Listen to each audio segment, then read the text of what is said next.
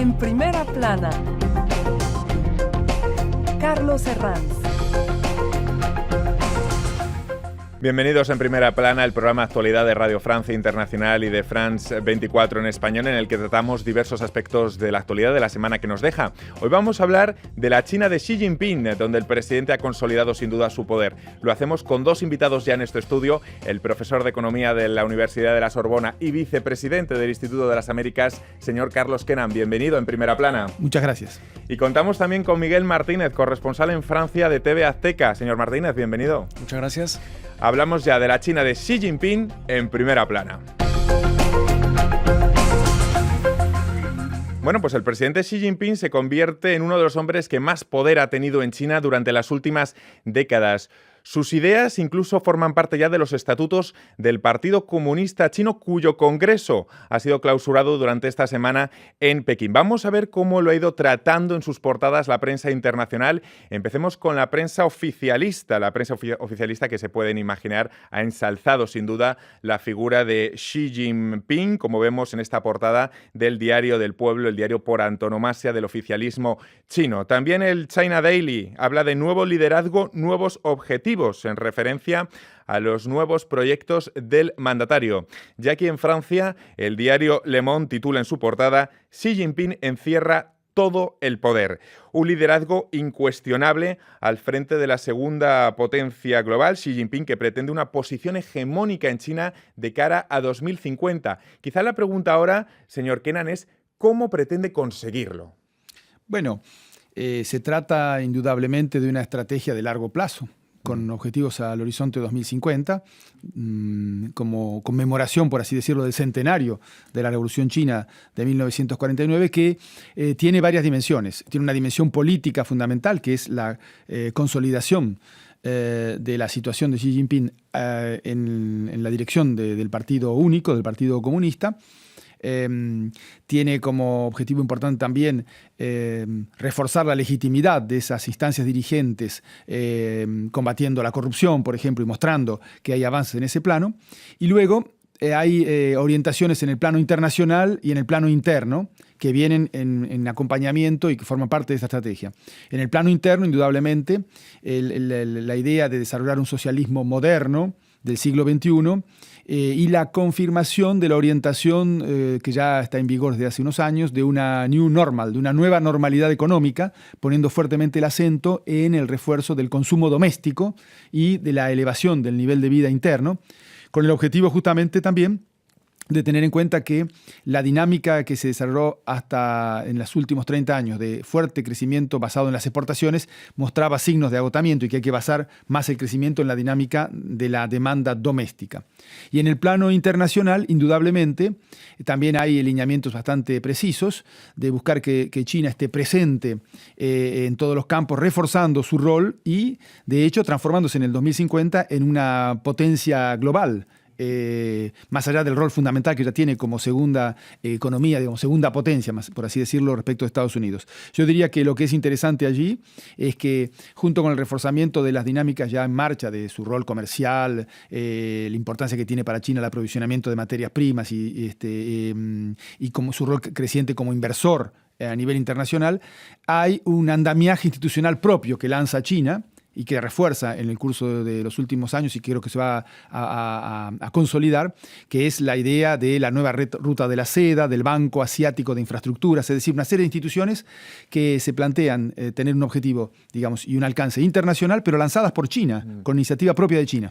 Luego le voy a preguntar por la nueva ruta de la seda, un tema muy, muy interesante, pero hablemos también de cómo se consolida la propia figura de Xi Jinping. Su pensamiento ya está en los estatutos del partido, incluso va a ser estudiado en las escuelas.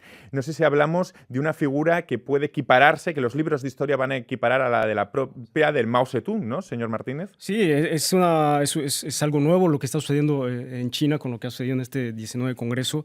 También aportando más a lo que está diciendo Carlos Kenan, otro aspecto importante de la economía va a ser el aspecto militar.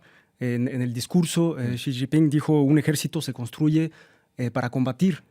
Y eso es un mensaje muy claro para Estados Unidos y que ellos quieren un ejército mundial de aquí a 2035. Entonces, ese aspecto militar, la industria militar también con Rusia, creo que también va a elevar muchísimo, va a dar muchísima presencia económica de China en el mundo y vamos a ver cómo se va a desarrollar.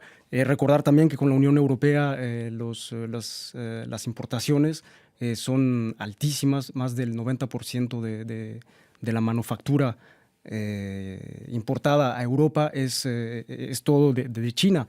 Entonces, la presencia de aquí a 2050, 2035, con el aspecto militar y el aspecto económico, pues va a dar muchísima más presencia de China en el mundo. Hablamos de esas relaciones comerciales de China con Europa, también muy importantes con América Latina, profesor Carlos Kenan. Creo que más de 2.000 empresas chinas ya están en el continente y hasta un 15% de las inversiones exteriores de China se hacen actualmente en América Latina. ¿Por qué es tan estratégica la región para China? Bueno, lo ha sido claramente desde comienzos de los años 2000, cuando China pasó claramente, ya había signos de esto en los años 90, a ser un país importador neto de materias primas.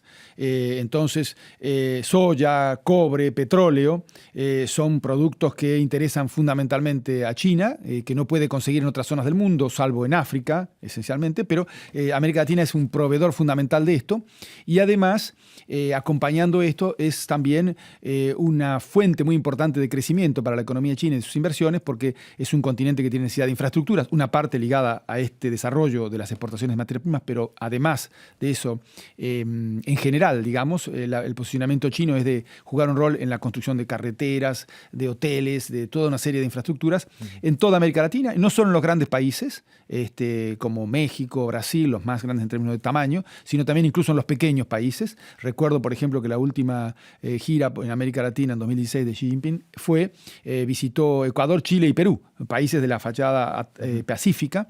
Entonces, hay un interés fundamental por estas razones y, por supuesto, con el objetivo de aumentar. Recuerdo, por ejemplo, que en la cumbre de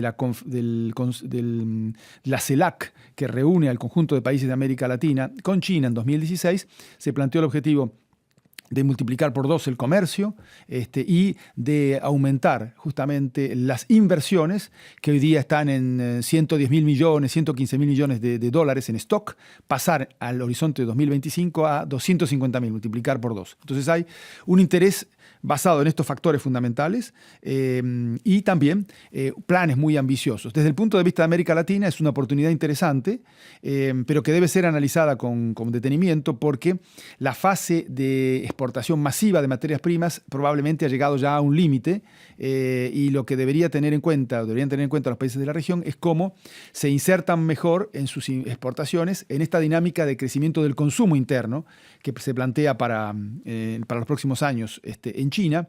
Dicho de otra manera, si tomáramos el ejemplo de Chile, no solo exportar cobre, sino cómo exportar vinos y otros productos para esas clases medias que se están desarrollando al calor del dinamismo del consumo interno. Focalicemos en un ejemplo concreto de América Latina, en su país, señor Martínez, porque México es sin duda una pieza clave para la estrategia de China. ¿Qué intereses hay en esa bilateralidad?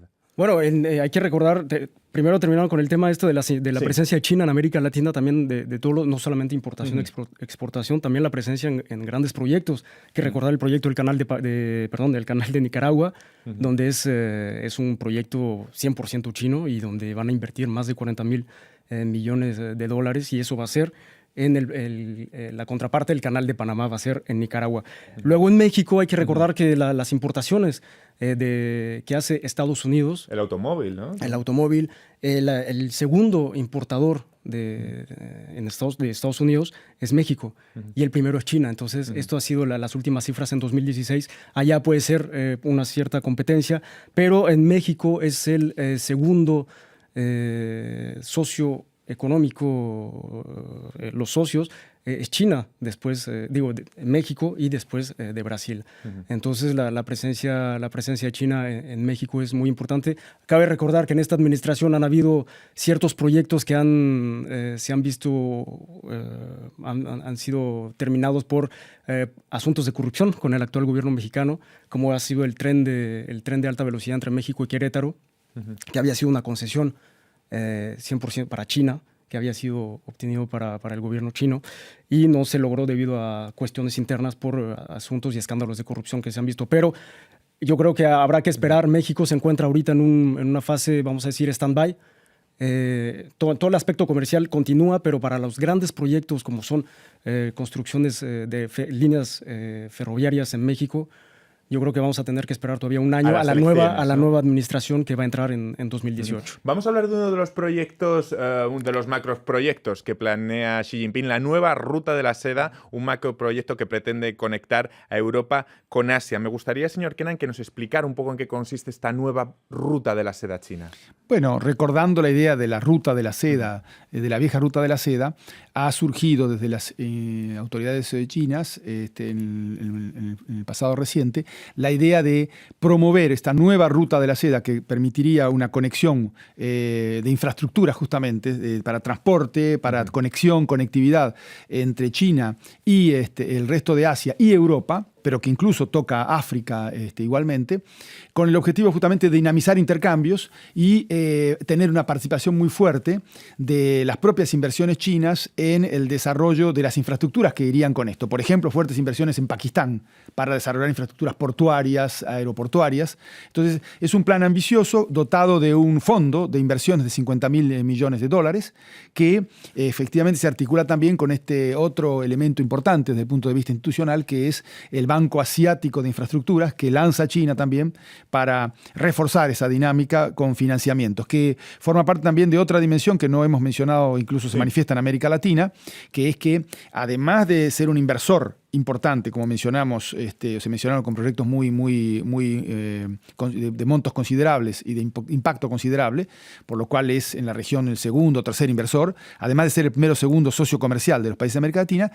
De alguna manera, como se está dando con esta dinámica de la nueva Ruta de la Seda, China aparece también como un financista, como un prestamista importante, y es lo que también se pretende hacer con este proyecto, no solo desarrollar las rutas comerciales, no solo promover el desarrollo de infraestructura, sino que China se consolide en su rol de proveedor de recursos financieros para estos países, muchos de los cuales han estado y en una relación privilegiada o con Japón o con Estados Unidos incluso.